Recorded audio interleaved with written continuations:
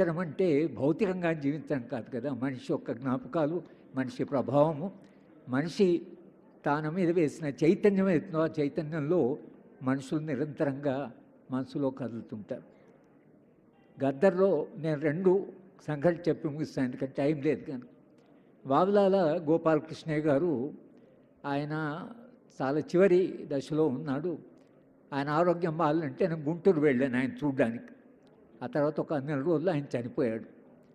చాలా ఏడుస్తున్నాడు, దేశం ఎట్లయిపోయింది, దీని కొరకు పోరాటం చేసి చాలాసేపు ఏడ్చాడు.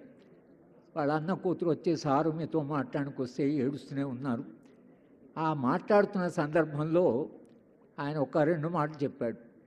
తన జీవితంలో, తన వావిలారుగా, ఎందుకు ఆయన గాంధీ అని, నా జీవితంలో ఇద్దరే పవర్ఫుల్ కమ్యూనికేట్, అంటే సమాజాన్ని ప్రభావితం చేసేటువంటి వాళ్ళు, ఒకరు గాంధీ, ఇంకొకరు గద్దర్ అని చెప్పారు.